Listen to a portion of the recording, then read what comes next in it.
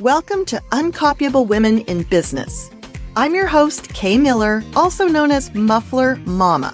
Stay tuned as I, along with my guests, give you marketing, sales, and personal branding strategies that will give you an uncopyable advantage. I am honored to welcome Karen Gibson, a former 3-star Army general and combat veteran who spent 33 years on active duty. She held some of the highest and most demanding intelligence roles in the U.S. military, including Director of Intelligence for U.S. Central Command, where she coordinated operations from Egypt to Pakistan and played a pivotal role in defending the ISIS caliphate in Syria. Defeating, not defending. I'm sorry. Thank you. Okay. Defeating the ISIS caliphate. That's pretty big, important distinction. So in Syria and Iraq.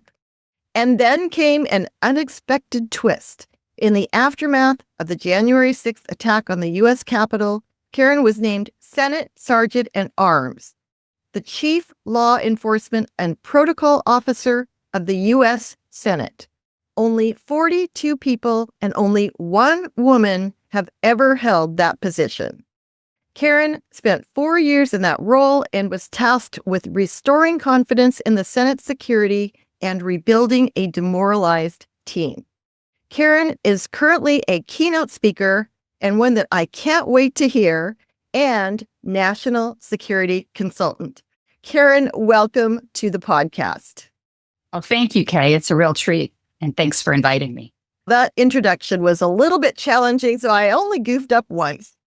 That's okay. It was an important distinction. Yeah, no kidding. No kidding. If you're going to mess up a word. Oh, thank you for correcting me. I met you through Patricia Fripp, a good friend of ours, and also she's a National Hall of Fame speaker. And she is just delightful and was so generous in connecting me with you. So thank you, Patricia. I know you're listening. Karen, I did listen to your conversation with Patricia's group, the San Francisco, what is the name of the group? The Golden Gate Breakfast Club. Okay, the Golden Gate Breakfast Club. But I loved hearing your story, and we're going to do 2 episodes, as you kindly agreed to do, because I really want to hear about your background and all the things that you've been through, starting with, how did you even happen to get into the military?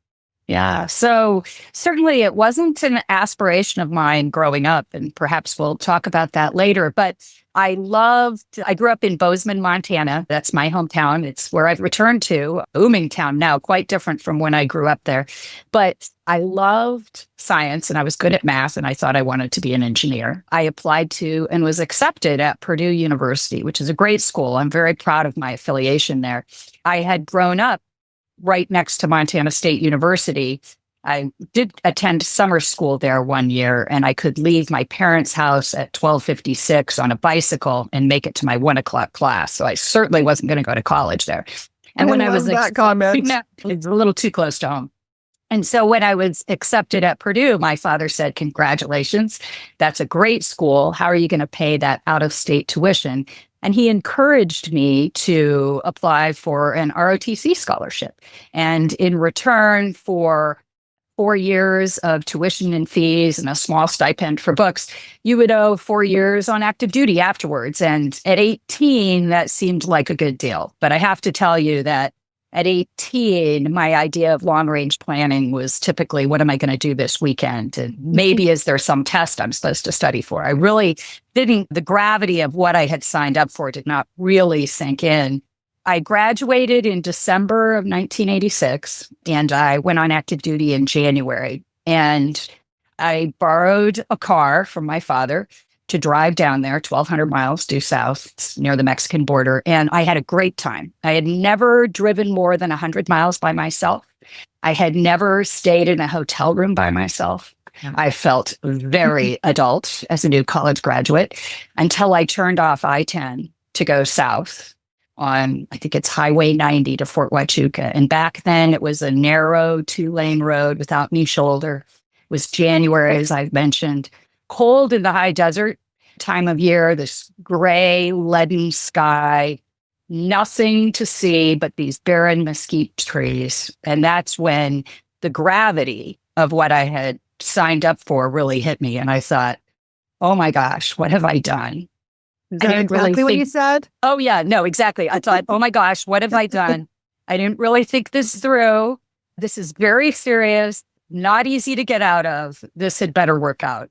And one other thing I'll tell you, Kay, a couple years later, the exact same thoughts crossed my mind on my honeymoon. Oh my God, what have I signed up for?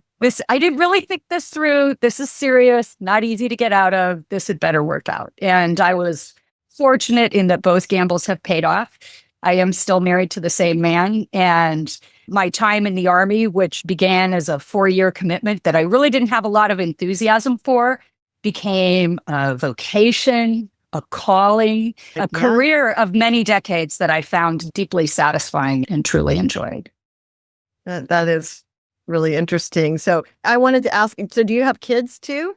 I do. We have 2 adult children and I have 2 granddaughters. Yeah. Oh, wow. That's great. Yeah. So I have a question. I've been just hoping I got to ask this, but did your kids ever get beat up on the playground because their friends said, your mama wears combat boots?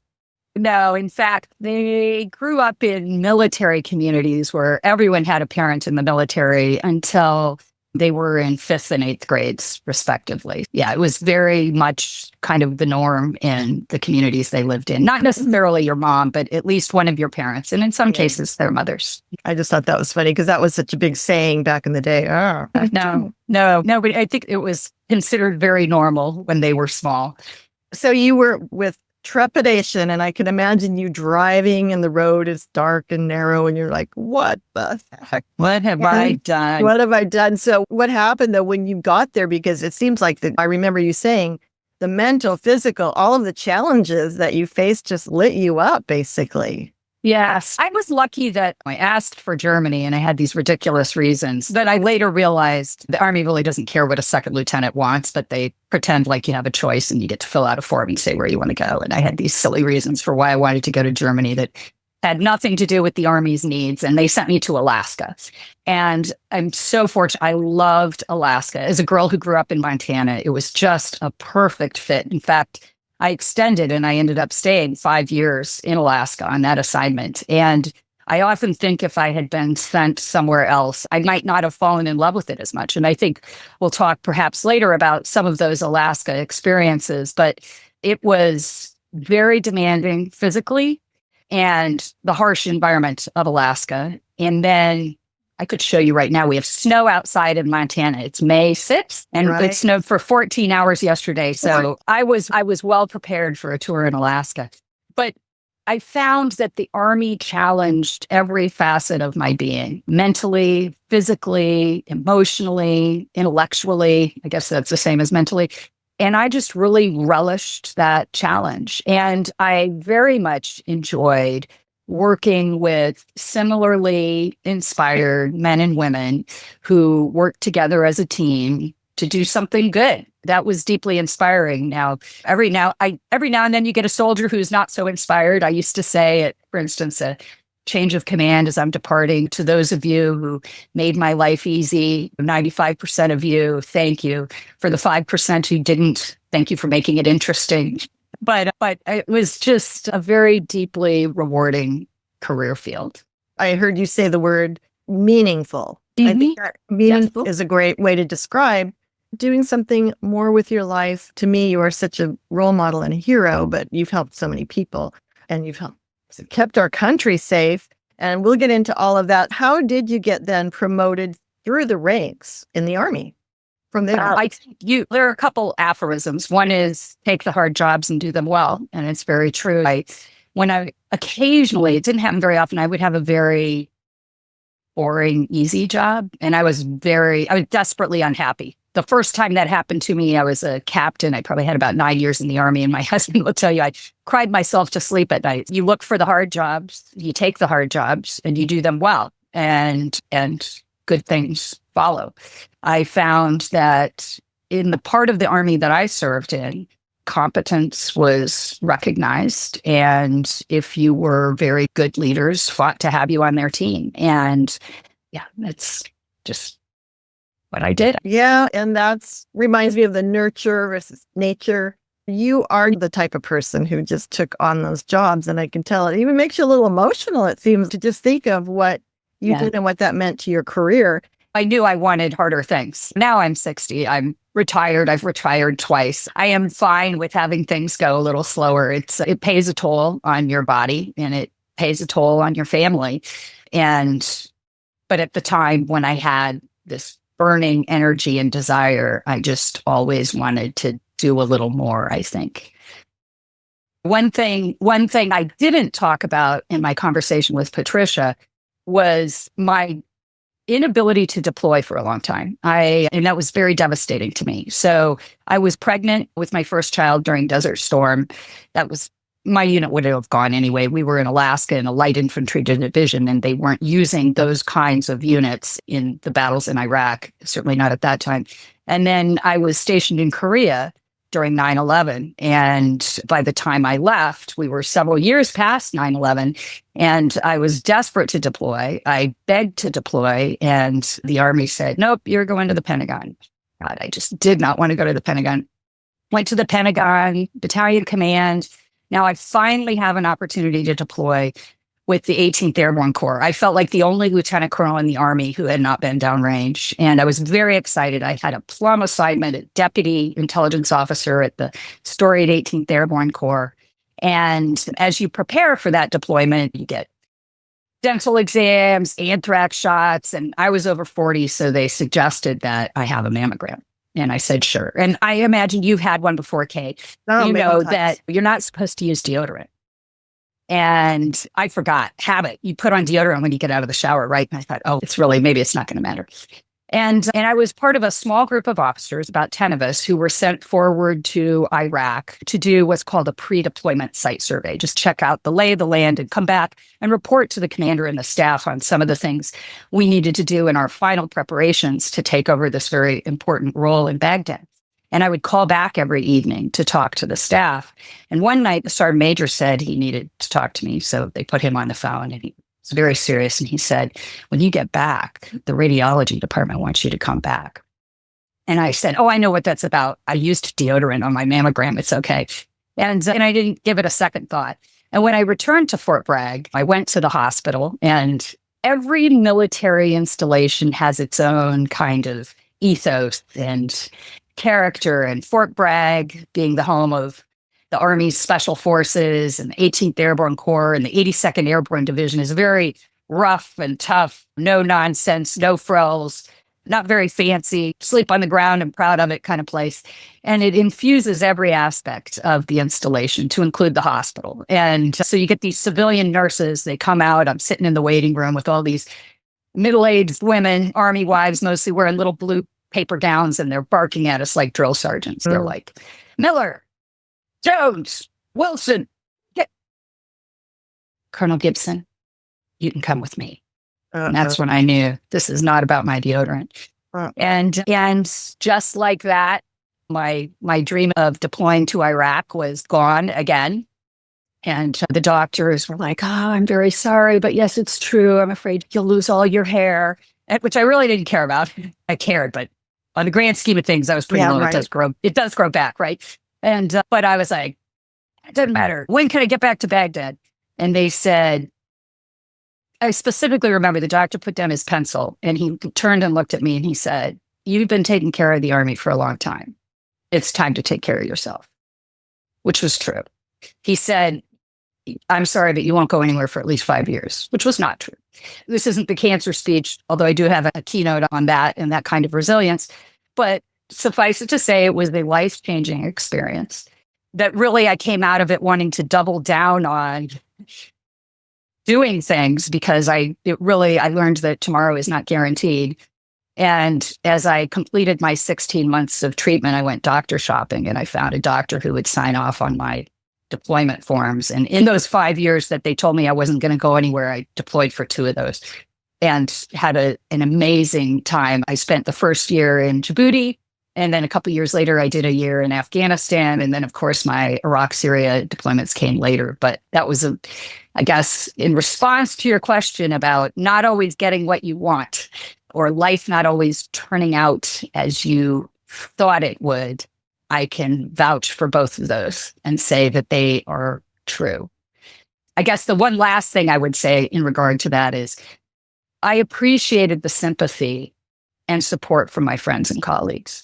There were three things they used to say to me that drove me nuts. One was, everything happens for a reason. Still not sure that's true. Two, something good will come of this. There will be a silver lining. And they were right. I didn't want to hear it at the time, but they were right. And then the third thing they would say is, but look at Lance Armstrong.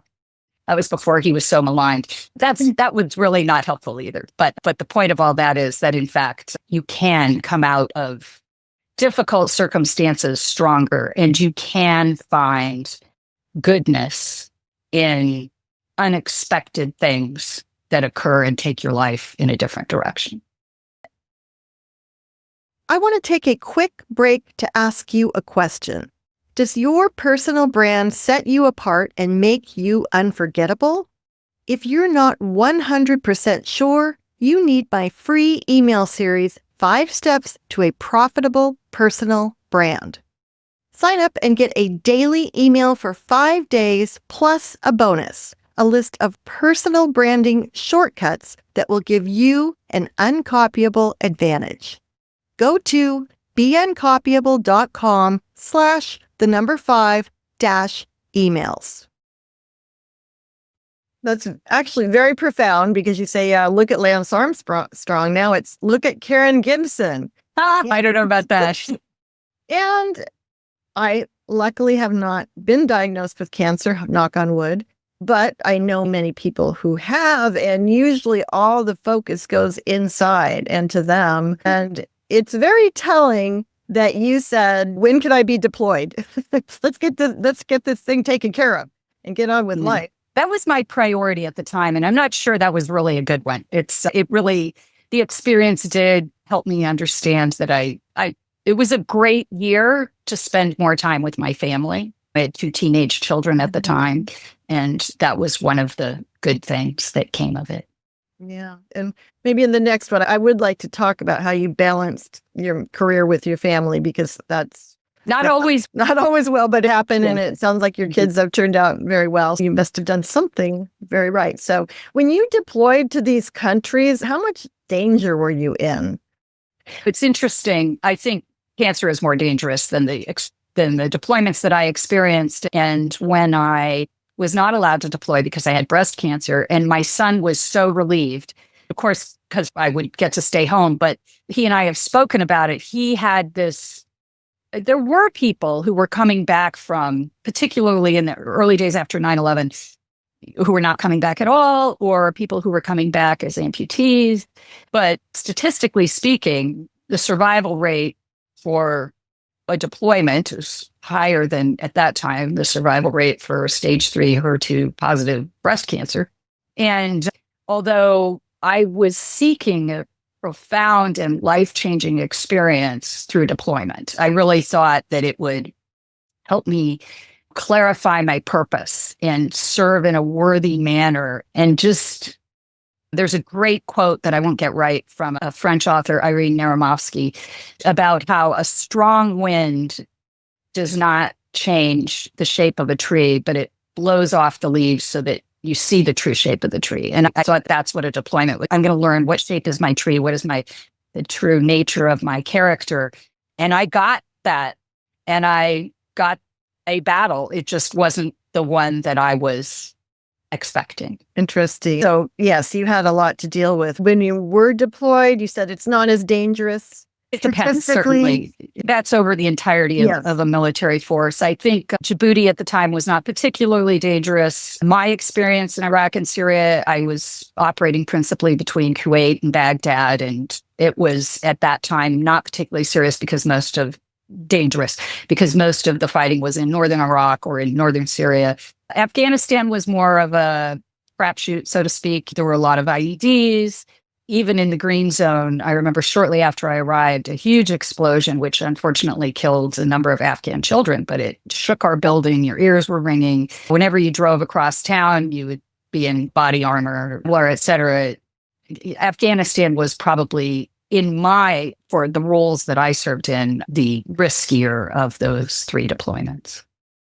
Interesting. You are obviously a very unique individual, and just fascinating to hear your story and how you think. And thank you for revealing the breast cancer journey that you had and what that meant to you too. Many of our listeners, you listening, will be touched by cancer, possibly personally. So those are very encouraging words. I want to talk now about how you got into the Senate. And I don't know if people realize that the position that you have was as powerful as it is. The Chief Law Enforcement and Protocol Officer of the U.S. Senate. And again, only 42 people, only 1 woman have ever held that position. However, I believe the current Sergeant of Arms is also a woman. Jennifer Hemingway. She was my chief of staff. She's fantastic. And she's great. So the first one, it sounds, was a long time ago, the first woman that served. How long? Martha Pope was in the 90s. So the very first Sergeant at Arms was James Mather. He was appointed in April of 1789 when our Constitution came into effect. Before that, we'd been under the Articles of Confederation, and it wasn't really working. So they held the Constitutional Convention in Philadelphia for a couple of years, came up with our current system of government, the U.S. Constitution. And as part of that, when the Senate convened, they appointed a Sergeant at Arms in early April 1789. George Washington was inaugurated in August of that year. So that means we've actually had a Senate Sergeant at Arms longer than we've had a President of the United States. That tickles me. But he had 3 roles: watch the door, which is the origin of the law enforcement and security role; procure firewood, which the Sergeant at Arms still does because there are working fireplaces in the Capitol; and watch the horses, which we no longer do. There are no longer horses, but the Sergeant at Arms is responsible for the motor pool, the vehicle fleet, parking lot access, et cetera. And I figured James Mather probably had a couple of stable boys to help him muck out the stalls, but I think he'd be astounded that now there are 1,000 folks on that staff, and that really, together with the Secretary of the Senate, those are the 2 officers that run the Senate's operations, they do all manner of things, whether it's the custodians, people who make furniture, the photographers, the appointments desks. There are emotional support counselors. The secretary runs the dispersing office. And that security role extends beyond the Senate campus in Washington, D.C. to include the 450 state offices around the country, taking care of their leases, their furnishings, their telephones, computer equipments, all kinds of stuff. Physical security, residential security, personal security for the 100 senators. And then I think what would really shock James Mather is that the Sergeant at Arms is also responsible for all the computer networks and communications. So everything from tactical radios to cell phones to desk phones to the computer networks, data centers, websites, the email exchange, all aspects of communication. And that's something he certainly could never have imagined. It was a terrific job. I know you asked, how did I get there? So I'll just share that briefly. People often ask me, was it posted on USA Jobs? And I say, no, that's not how it worked. I had retired from the Army the previous year and said, I'm not going to work full time. And then the pandemic hit, and I still wasn't working full time, but I started teaching at Georgetown University and dabbling in consulting. And just as a side note, when you prepare to retire and you go through the military transition course, particularly for senior officers, generals, and admirals, they tell you that one of the things you're going to have to get used to is you're going to be seeing a lot more of your spouse. Nobody says anything about quarantine. But here I am locked in the house with this man, barely seen for the last 30 some years. Fortunately, that worked out too. But at any rate, January 6th occurred. And I think, like most Americans, I was just shocked and appalled and very angry. I thought, here it is. I've been very focused on unstable countries around the world. And this is what I see there. I never imagined I would see people physically storming the seat of the government in my own nation.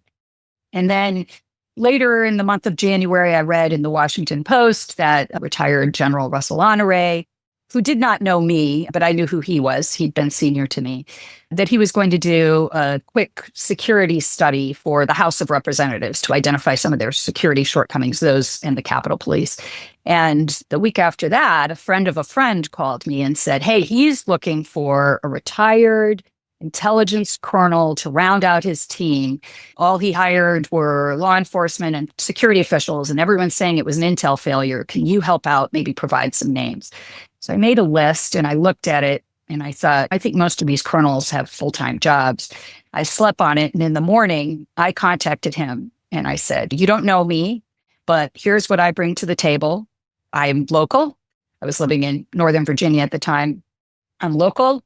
I can start tomorrow. No travel involved. And if I could ever do anything to ensure this would never happen again, I would want to know that I had done that. So he took me on his team. There were 5 weeks left on the contract. And as we went through, we were periodically briefing members, congressional members and their staffs, and our preliminary findings. So I'd been on the team about 2 weeks and I was contacted by Senate leadership and they asked if I would consider becoming the Senate Sergeant at Arms, which was a position I was only just then beginning to learn about. And I talked to some mentors and others who knew more about the job. But I also reflected on the fact that I've just said, if I could ever do anything to ensure this never happened again, I would want to know that I had done that. And here I'm being offered an opportunity to put into effect these security recommendations that we are making. How can I say no? So I took the job. And no regrets. It was an amazing experience, a real honor and a privilege, and quite frankly, very enjoyable. What I tell the people who ask me, was this on USA Jobs? And I say, no. Here's a couple of lessons. One, networking, just always meeting new people. And if I had not been speaking to this woman who actually called me from Dubai, she was a friend of General Honore's. If he hadn't called her saying, help me find someone, and she called me and said, help me find someone, without networking, that connection would not have occurred. 2, put yourself out there. I went to him. He didn't come to me. He didn't know me. I went to him and I said, this is what I can offer. And this is how I think I will help your team.